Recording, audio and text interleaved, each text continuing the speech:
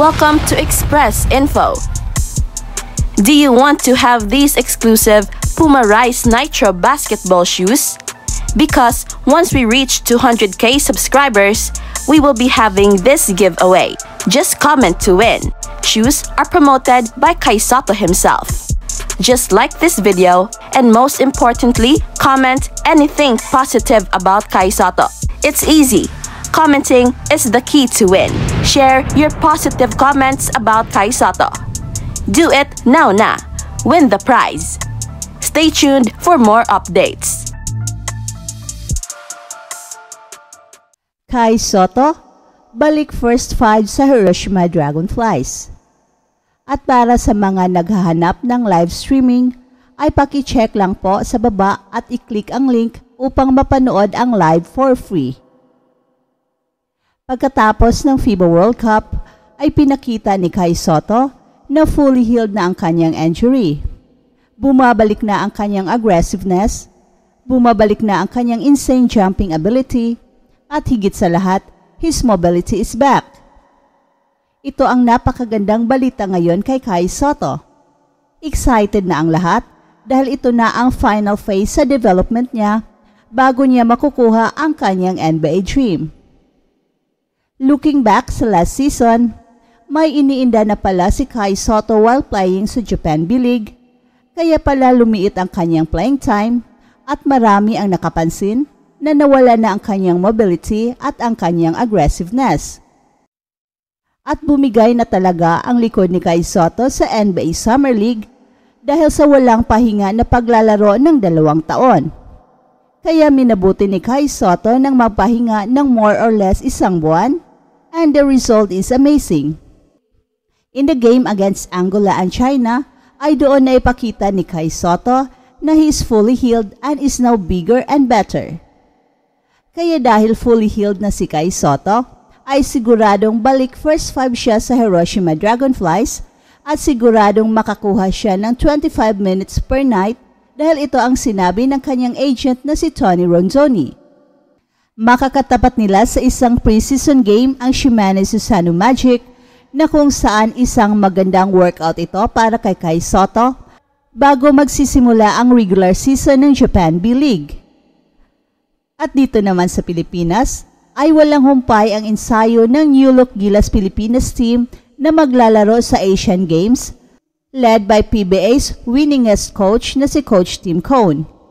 The Philippine men's national basketball team will go up against Korean side Changwon LG Sakers on September 22 at 7 p.m. at the PhilSports Arena, where the public will be allowed to watch. Sana full support tayo sa Gilas team na maglalaro sa Asian Games at punuin natin ang PhilSports Arena sa kanilang tune-up game ngayong September 22. Admission is free. Samantala, narito ang top 5 power forwards ng NBA para sa 2023-24 season. At number 5, Karl Anthony Towns, Minnesota Timberwolves. Kahit pa sa napakababang performance ni Karl Anthony Towns ng Minnesota noong 2022-23 season, siya pa rin ay nasa top 5 sa pinakamagaling na power forwards ng NBA sa susunod na season.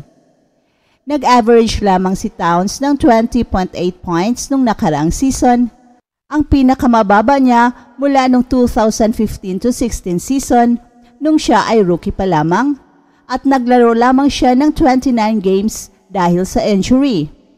Ang kanyang 36.6% shooting mark sa labas ng arc ay ang pangalawa sa pinakamababa sa kanyang karera. Gayunpaman, napatunayan ni Karl Anthony Towns na isa siyang elite shooter, kaya't inaasahan na mag-i-improve ang kanyang mark na ito. Nung bago ang nakaraang season, nasa 39.7% mula sa 3-point range siya. Ito ang isa sa inaasahan ng Timberwolves habang sinusubukan nilang gawing epektibo ang kanilang malalaki na frontcourt na sina Towns at Rudy Gobert. Mahirap itaguyod na tataas ng malaki ang scoring ni Towns, pero hindi maaring hindi bigyan ng maraming touches sa opensa ang kanyang teammate na si Anthony Edwards na isa sa dalawang pinakamahusay na shooting guard sa liga. At number 4, Zion Williamson, New Orleans. Kung healthy si Zion Williamson ng New Orleans Pelicans buong season, walang alinlangan na nasa top 3 siya sa ranking na ito.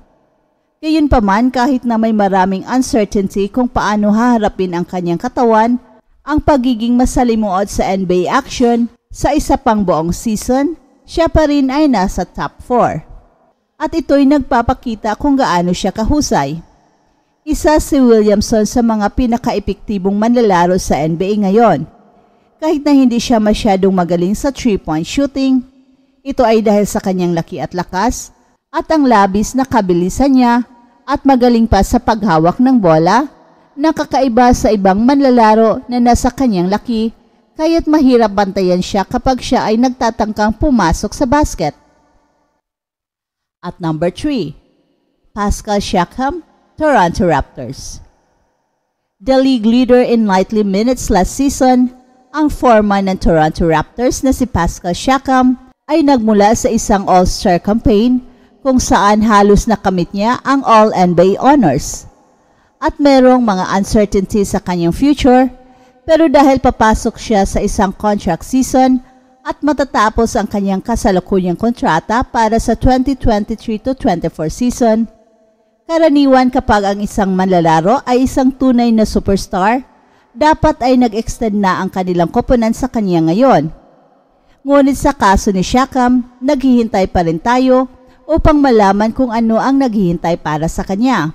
At parang gusto ni Siakam na manatili sa Toronto Raptor ayon sa mga ulat, at merong lumalabas na balita na hindi daw siya mag-i-extend sa anumang koponan na magti-trade para sa kanya dahil nais niyang manatili pa rin sa Raptors.